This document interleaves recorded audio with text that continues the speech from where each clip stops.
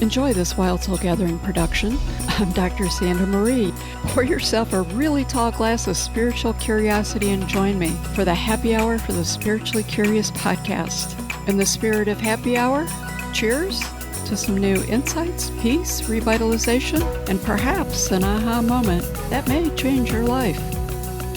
Hi, welcome to the show. Today in the studio, we have Linda Elie. Welcome to Happy Hour for the Spiritually Curious podcast, Linda. Thank you so much. I'm happy to be here, Sandra. I'm really excited to talk with you today. I know that you're a wealth of information and you certainly have lived a lifetime of experiences that you can bring to the plate here. You're an international speaker. I know you travel a lot. You've been to 35, 45 countries, I believe, and probably have added on since last I've spoke with you. I haven't quite gotten to the 45, I don't think, but somewhere between 35 and 45, yes. I have lost count now, but I love it, because each country brings something new. Fair enough. You're also a best-selling author, and you are the foundering of Always Follow Your Bliss. And I'm really excited to get into that a little deeper as we move into the program, but I want to start with helping people connect has always lit you up. And teaching on some level has always been a part of your life. You've more recently moved out of that corporate life that's consumed you for a lot of years and had its own unique path into a different path focusing on mindset and spirituality. What I would like to start with is, can you talk a little bit about what mindset and spirituality means to you? Yes, that's a great question. So for me, spirituality is knowing that you're connected to a power greater than you. And it doesn't have to be any particular religion per se, but it's often considered, God, source, the universe. There's many different names that people give this. For me, spirituality is knowing that there is a connection to something greater than you. And for me, that connection I've noticed has always had my back. When I've had a challenge, when I've been at the end of my rope and not sure what to do, something has always worked out, that things have happened. And so that's given me confidence that there is something there. Now, mindset for me often deals with that part of you where you grew up with a certain pattern of rules and habits that you developed that are not generally yours. They're generally the people that raised you. Could be parents, grandparents, could be the culture that you were raised in, could be influenced by teachers and things as well as what you learned at school. And oftentimes these patterns were developed in our childhood before we can remember, because we generally don't remember things before the age of 6. And consequently, we develop patterns that help us cope with things that we don't understand, that we can't rationally figure out what was actually going on. So we make a meaning out of it that's not necessarily the best meaning for us as we grow into adulthood. Problem is, it's in our subconscious mind, and we're not aware of it as we get older.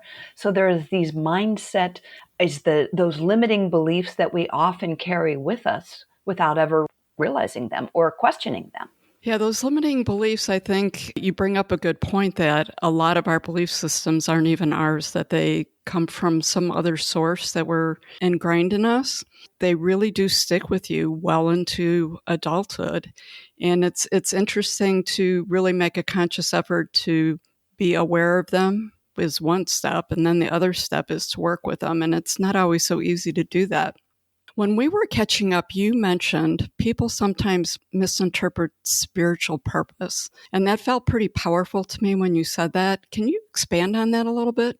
Our spiritual purpose, oftentimes it can be expressed in our day-to-day operations without even us doing anything per se to express it. I don't know if that makes any sense to you.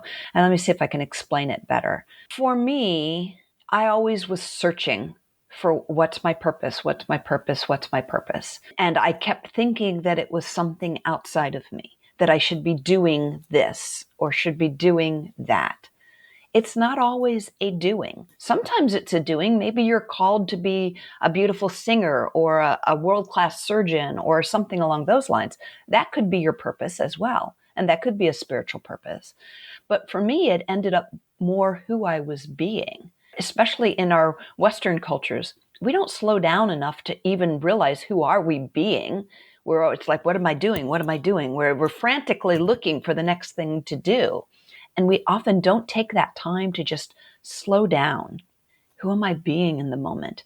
Am I being a loving, caring person? And one of my trips that was just a spur of the moment in some respects, because I had planned a different trip, but this one came up right after it. I'm like, okay, let's do both. Was a trip to Egypt. And that's where I met you, actually. And because of that, one of the people that was on there was a medium. She said something to me that just got me questioning. It's like, I thought she'd said it to everybody. Nope, she had said it just to me. Huh. And so I had the opportunity to ask her, what did you mean? And she said, because she had talked about holding space. And I said, what did you mean by that? I've heard that before, but what did you mean by that? And she goes, oh, well, oh, you don't know, do you? And I'm like, know what? She goes, you're a channel to the divine. Just that is who you are. That is your purpose in life, is to show up and allow the other people to be who they need to be, and they have this unconscious permission to be either their best or sometimes their worst self. And that just answered so many questions for me throughout my life of things that had happened. And that just was a missing piece that made all those other puzzle pieces come together and make sense for my life. Well, that was definitely a special trip. And it was interesting because most of us had an interesting story how we ended up there and actually traveled solo to the trip. So it was a group of people getting to know each other. And I would say pretty much everyone on the trip would say they had life-changing experiences that were unique and different for each of us, because you helped me out with my own. And I would say that as you're sharing that, I think Holland Rand, is that her name? Hollister Rand. Hollister Rand, I was close. Very special lady.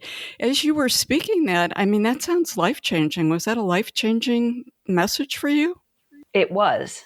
And it was because it allowed me to just relax, realizing that here I had been fulfilling my purpose all along. And again, in retrospect, because we say that hindsight is 20/20, with that missing piece that she gave me, I was able to reflect back on relationships and things that had happened in my life.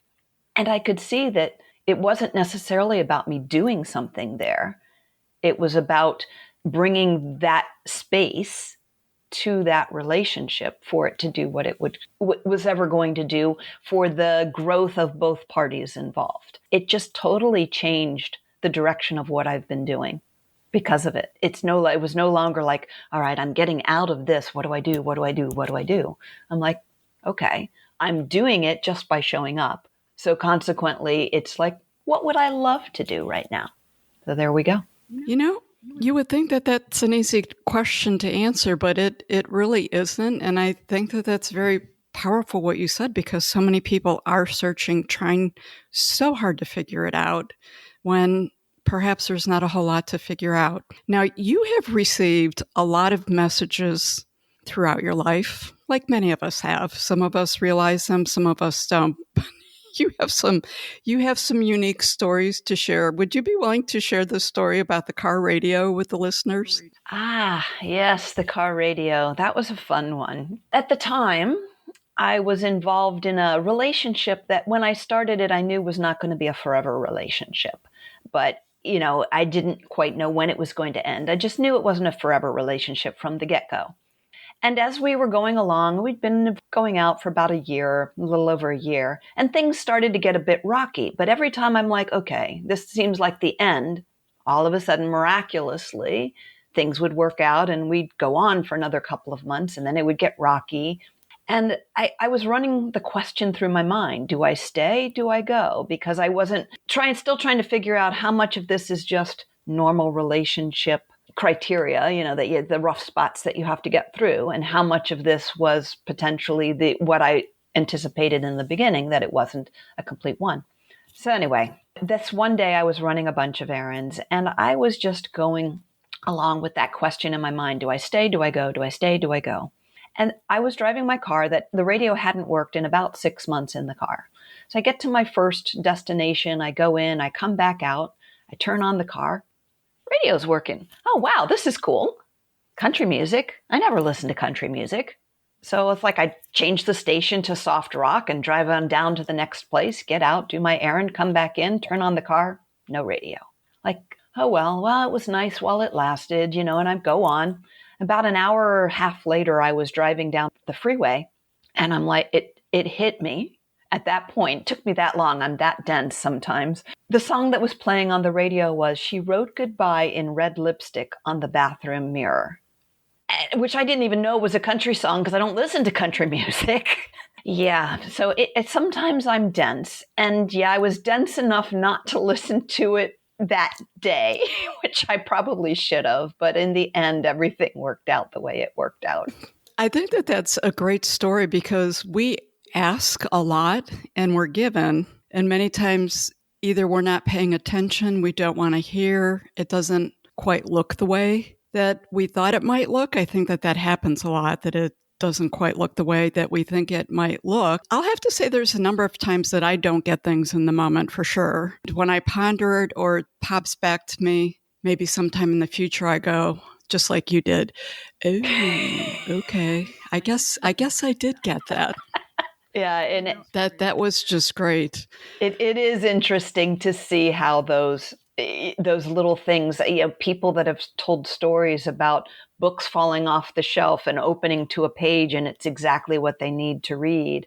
Yeah, there's even jokes that have been told around in spiritual circles or religious circles, more than like a joke that, where a pastor couldn't come up with a sermon and didn't like the sermon that God gave him to do. So he opened the book again and it was, God telling him, yeah, okay, then never mind. It doesn't always look like what we think it's going to look like. And Napoleon Hill talks about that in Think and Grow Rich, that opportunity often comes disguised as misfortune. So we're looking for what's that next thing we need to do, but in our mind, we need it to look a certain way and then we'll know it. And when it doesn't look that way, well, that can't be it. And it oftentimes is. Well, that Napoleon Hill, that's a pretty powerful story. Do you want to go into that just a little bit more? His book, Think and Grow Rich, that he spent 20 years of his life interviewing the top people in the world, the richest men, the most successful men in the world for 20 years when he wrote the book. It was an assignment, actually, by Andrew Carnegie. The book it's not something that you can read just once. It's something you truly need to study to learn all of the lessons. And I've been fortunate enough to have teachers that have done a lot of study, so they've helped and given clues along the way of that type of thing. But that is one of the sayings. He goes, when opportunity appeared, it came from a direction or appeared in a way that was a misfortune. And I'm not quoting it directly because I don't have the exact quote in front of me, but it essentially that it came in the guise of misfortune. And I can say in my own life, that is definitely true. At one point I had a job in the mid 80s, and the job itself was literally killing me. I loved the challenge of the job, but the environment that I was in was so toxic. It literally was killing me. I had all these ideas of how it could be better. I could do this, I could do that, I could do this. Well, that isn't what ended up happening. What ended up happening is I ended up leaving the company, my choice, but spur of the moment, having no clue how I would eat in the following week, having my life completely change, spin on a dime, pivot in a direction I was around me. I could have done it the whole time, but I never saw it until I had to see it. I basically designed a life I loved living in 30 days. Wow, that's beautiful. And thank you for sharing that. I think that those words are going to have a lot of impact on the listeners out there. I'm going to shift course a little bit. One of the big topics, especially when we start talking about spirituality, is manifestation. We have Abraham Hicks, and a lot of people talk about manifestation, and the laws and the principles, honestly, are pretty simple and basic. Yet most of us seem to struggle with getting the outcome that we think we're manifesting. You have a great, almost Hallmark movie-ish little story to tell about not being able to, not having the cash for a bill at one point. When I heard you talking about it, I was engaged in listening, but as we really delved into the outcome and you spoke more about it, you talked about how you thought differently and what the words that you were using. I thought, wow, that was really powerful. You want to share that little hallmark moment? Back in when I had this corporate job and I was living paycheck to paycheck, but I had a rule for myself. And the rule was that I always pay my bills on time. That was an underlying rule for me. And this one particular week, I'm getting ready to pay the bills and I'm looking at the check coming in and I don't have enough money. I'm short. It wasn't much. I was short $20, $25. It wasn't a whole lot of money, but I was short. I didn't have it. The Thursday night before the bills are due on Friday, Thursday, I come home from work and I have a check in the mail from a store that was a refund for something that I put a deposit down on. But here's the problem. I don't remember ever having visited that furniture store. I know I never put a deposit down on a piece of furniture, and yet here's a refund check that was exactly the amount that I needed to pay my bills the next day. It's one of the things that has actually given me the confidence to know that there is a source that has my back, because little things like that have happened over and over again. But the difference is oftentimes people say they want more money in their life. But the problem is they focus on what they don't have, or the fact that they have debt. I was like, oh, I don't want this debt. I don't want this debt. Well, the subconscious doesn't understand the negative. It only understands the positive. So it hears, I want debt. I want debt. You're focusing on the debt. What we focus on, we get more of. And it seems like such a subtle difference, but it's a subtle difference that makes a huge impact in your life. And Abraham Hicks often talks to that, actually. It's that little nuance of focusing on what you want, regardless of what you're seeing in outside circumstances. And that's how you'll get what you want. You have to believe that it's possible, even though you're not seeing it at the moment. And it's a challenging thing to do. Oh, it's very challenging. It's an area of opportunity, but I think that that's a frustration with many of the people out there that are very focused on the manifestation process and their outcomes. So for you, you put your focus on, I always pay my bills. The focus was a positive, I always pay my bills. And then the outcome was the resources to pay my bills versus I really need $20 to get this bill paid, right? So that was sort of the mindset difference in it. Yes, I was focused on the fact that I always pay my bills versus I don't have the money to pay my bills. It's that I don't have the money. Okay, you don't have the money. Okay, we won't give you the money if you don't have the money. Okay. But that wasn't my focus. My focus was, and it wasn't how am I going to get it? It was just I always pay my bills on time, and it just showed up. As a kid, it was funny. Back when phone booths were a thing, I would always find money in phone booths. I mean, and sometimes $2 and $3, not just a quarter or a dime. I would find $2 and $3 in phone booths all the time.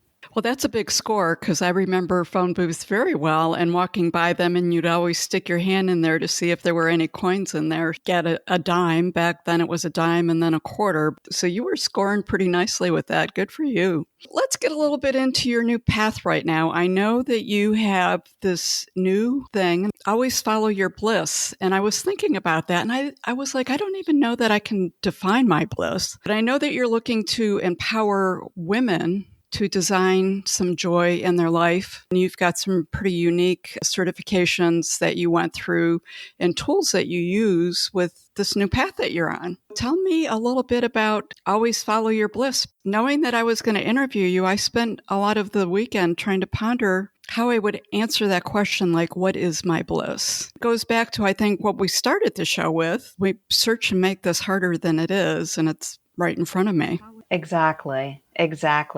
This started back when I left that corporate job and redesigned my life in 30 days, not even realizing it. And the fact that I made such a drastic change so quickly is what got me studying universal laws. I've spent the last decades and 3.5 decades studying universal principles, personal development, and that through all that, I did get the coaching certifications that I've received. And it was mainly done for myself, but I also ended up using it with clients because I was doing accounting for the longest time. I just closed that business last year. And I would use it with the business owners and things like that. And to see the impact that it would make in their mindset that would shift their business and get them the results they were looking for. Oftentimes it was their mindset. But at the same time, I was following my bliss. I loved horses. I've loved horses since I can remember. In fact, there's stories that were told of me when I was 2 that I don't remember show that I loved horses. So I started training horses when I was 12. And I've always been involved. I've always had horses in my life. And I wanted to take it to the next level, to show more, to get into a more national level. And so I did follow that bliss of training horses. And for 20 years, also owned, besides the accounting, I also had a horse farm where we would breed and train and show and things as well. I did that with my daughter as well. And we had a decent amount of success with it. But it was in following that bliss that it ended up creating a financial circumstance in my life that was phenomenal for me when I closed down that business. I never went into it with that in mind. I went into it because I just loved horses and I wanted to be around them and I wanted to train them and do that type of thing. Oftentimes we look at, well, this is what I'd love to do. Oh, but I can't make any money in it. And we immediately negate what it is we love to do. And maybe it's not something that we do full time. Maybe it's just something that we do part time because we love doing it. But we often spend so much time in our head going, but how am I going to make this? Or how am I going to make this work with that? How is this? And that's not where our true path lies. Our true path lies in our heart. And if we follow our heart, for me, Source is always there to give you what you need. You'll always get what you need when you need it. Definitely been true in my life. And then sometimes you end up with a big bonus gift that you never expected out of that situation by following what it is you love to do. But even from a practical standpoint, if you do what you love, you never work a day in your life. That's true. Do what you love what you do. I think that that's important. You made a statement that was very powerful to me. We have a very global listenership, but I'll say the Western world's here in the United States. And you said, we've become the richest nation by giving up the things that are the most important. Exactly. That just struck such a chord with me. Do you want to elaborate on that a little bit? Or honestly, I think it just speaks for itself. It does speak for itself, but for somebody who may not realize, we've become a nation that the only thing it seems that we've been striving for lately is wealth. How can I make more money? Thinking that money is going to solve everything. Not usually. I mean, it does make some things easier for sure. But then in the process of this striving for money, we're sacrificing our relationships. We're sacrificing our health from the stress that it's under. Again, back in the mid-'80s, I was very close to being hospitalized from the stress that I was under by doing this one job. And again, I loved the challenge of the job, but the rest of the environment just wasn't there. In the United States, unless you're in a very high level management, you're lucky if you get 2 weeks vacation a year. You're lucky. Whereas I know in most of Europe, they get about 6 weeks of vacation a year because they value the fact that, yes, you need to de-stress.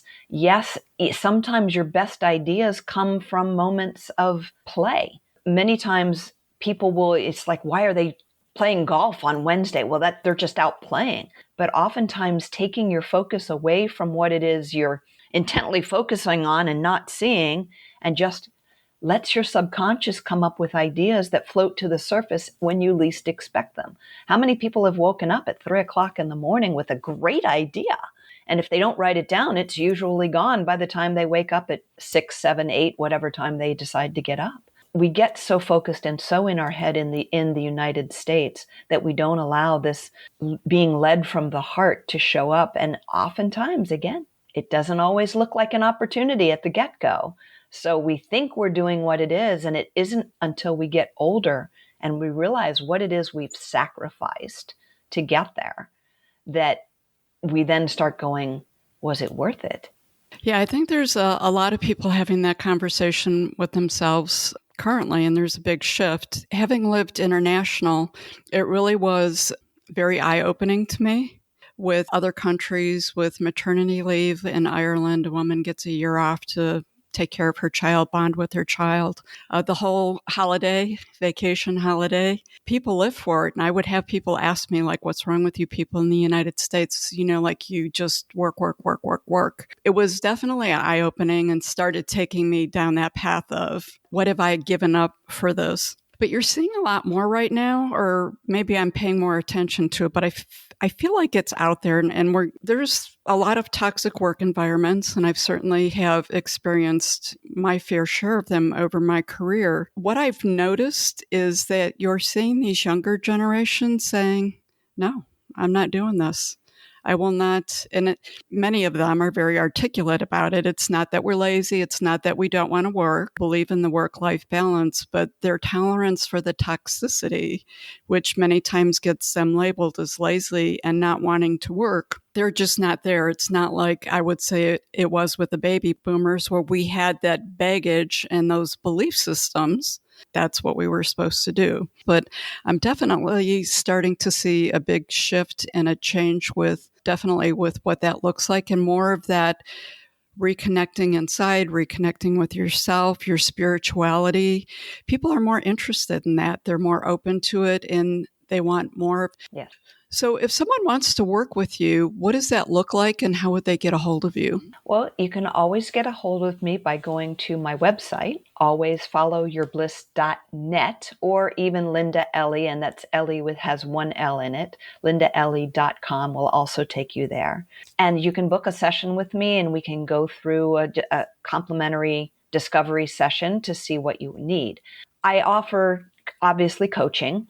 And the coaching, it takes the form of either, we start with a 3-month package if you want. We can do a 6-month package. But I take you through a curriculum that I'm a facilitator for, that I discovered. And the nice thing about this curriculum is it is the fastest way I have found to get a good grasp on a lot of the spiritual laws. It's well laid out. It's been tested with tens of thousands of people over the last 3 or 4 decades. So it's a very good curriculum. That's the starting point for it. But with that, because I have other certifications as well, and because of between my accounting background, which brings the finance and the business side of it to it, and the horse training, which brings the intuitive side to it, I'm able to custom tailor for each individual person things that they need. So while I might use that curriculum is a 3-month curriculum, I might use that as the base, I can bring in other things that specifically address things to the individual's needs. So it gets them the fastest results possible. Wow, that's so nice, and it's so needed. There's obviously a lot going on globally. There's some angst about it. What would you like to share with the listeners about how they might navigate some of this for their spiritual health and their mental health? Well, for me, I think the best message I could give to your listeners would be, when you can remove yourself from the day-to-day and stand back as the observer, you can see things from a different perspective. If you believe, as I do, that as spiritual beings, the spiritualness of our existence is never ending, it begins to give you less of a hold to the physicality. Unfortunately, I see so many people that they think, oh my God, I'm going to die, I'm going to die, I'm going to die. Having had a near-death experience and knowing that I could easily have just closed my eyes and said, I'm ready to go, and then that it would be harder to live through it than it would be not to, I realized that we have way more say in that type of thing than most of us realize that we do. But also, when you stand back and you look at it, it's almost like you're watching a play up on a stage. Things happen in the play. Sometimes people die in the TV show, or they die in the whatever, but it's not real. And in a lot of ways, from a spiritual perspective, the playing out our physicality on earth is much like a play. And it cycles itself through and over. And that's a hard pill to swallow for many, many people. It's not something that we're taught. Religion was originally somewhat used to bring some laws to human nomadic tribes so that we could learn to get along. We could learn to get, to not kill each other. Just because you're different from me, let's kill each other. But over time, fear is an excellent way of controlling people. And so when you bring in, either whether it's from the news or whether it's from the religion, you bring in that fear of something, it's a great way to get people under control. When you start questioning and you start asking and you start looking behind different things, it changes your perspective. And for me, it just gives that sense of peace that, yes, while it may not be what I want to see happening in the world, because I definitely don't. I do not understand why we can't get along with each other. And I often say, rather jokingly, it's going to take an invasion from Martians or something for us to become together as a human race and discover that it doesn't matter the color of your skin or your ethnicity, or your religious belief. We're human and we need to fight these Martians, but why should it take that? We're all humans just expressing that humanity in a different form. And as long as that doesn't impact my life, why should I care what somebody else does? It brings diversity. If we were all the same, it would be boring. It's just being able to step back and look at it as if you were watching a play and realizing that in some respect, it will all work out. And you'll get to see that later on down the road. At the end of the play, you realize what was happening during the play, or you found out the whodunit if you're watching a mystery, or something like that. I love that. And I do agree that there's a lot of intentionality with the fear that's out there. And it's like the last stronghold to control and hold on to it. I think my mantra for 2024 with the podcast is going to be turn the TV off. Yes. I will have to tell you, a couple of years ago, and probably it was even longer than that, probably when I was living international is when I gave up TV, but I have removed it from my life. And I have to tell you, really, it's one of those things that you recognize retrospectively, that it was so much better for my mental health, how I felt, my outlook on my personal life, and just my outlook in general. I would say turn the TV off and don't be on your computer on whichever browser you use to be looking at the news and what's being fed to you. Funny story, or funny to me anyways, I have a friend recently who was applying for some jobs, and he's like, you know what I think? I think when you fill out an application, when it asks, your origin, where you live, you should put Earth.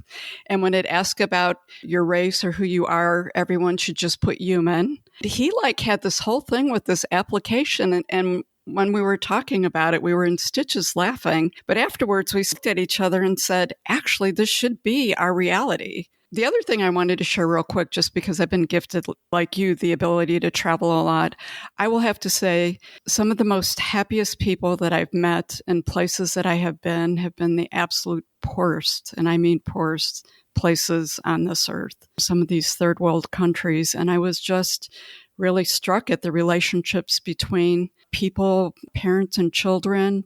Their happiness is they're sleeping on dirt floors and living a very, very, very, what we would consider difficult or basic life. And I thought, but they're happy, and perhaps we're not so much. That was just interesting listening to you talk about that. Any last words that you would like for the listeners? Well, it's interesting that you say that, because one of the charities that I support, they're involved with putting schools in communities. And one of them, which I actually visited on one of my travels, is in Phnom Penh, Cambodia. What they've done, which is different from many other organizations with schools, is they've done it from a grassroots perspective. And the story how that one got started was with Pol Pot, who wiped out all of the educated people in Cambodia in his reign of terror, which left the older people that were uneducated and the very, very young, and all the middle-aged people were gone. Well, the older people, because of what happened, were afraid to allow their children to be educated. But the girl that started this school had left. She did get a degree. She came back and she found these kids just like she threw a chicken bone into the dump as she was walking past. And like 4 kids scrambled to get this chicken bone to see if there were any scraps left on it, which is what started the school for her. They had to actually give the children rice to take home in order for the older generation that had lost their middle generation to allow these kids to come to school. We wouldn't have looked at it from a Western perspective. We would tend to go in and, well, we know what's best for these people. I don't know why we often think we know what's best for someone else without understanding their perspective first. There's just so much that because we've been programmed, and we've been programmed by, you follow the money trail. We've been programmed by advertising. Advertising, it can be insidious. I turned off the TV. I definitely turned it off when I moved where I am now when I sold the farm, but I hadn't watched the news. I probably haven't watched the news in 20 years. It's made me a much happier person, and I don't feel like I've missed anything important because I do get a news feed that tells me the important things that are going on in the world, so I know what's going on. If there's a hurricane coming, there's an app there that can tell me, is it coming to hit me? Do I need to prepare for this? Yeah, so I'm not missing anything, and I'm sure so much happier than I was when I was watching the news because it's so fear-based, and I don't choose to live in fear.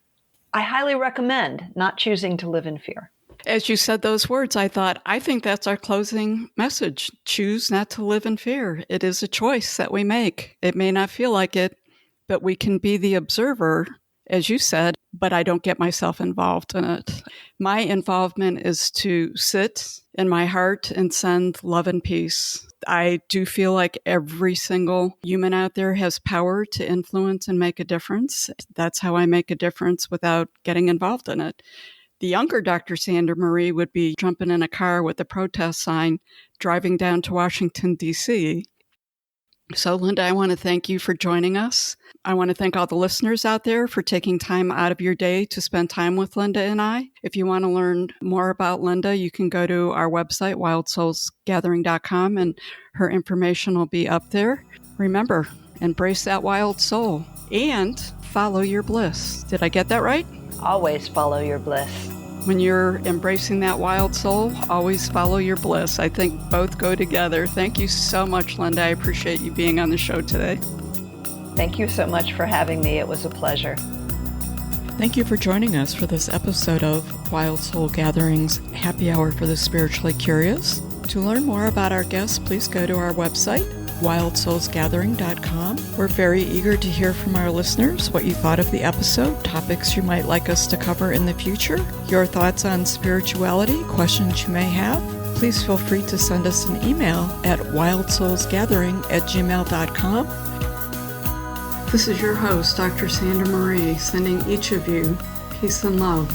Until we meet again, embrace your wild soul.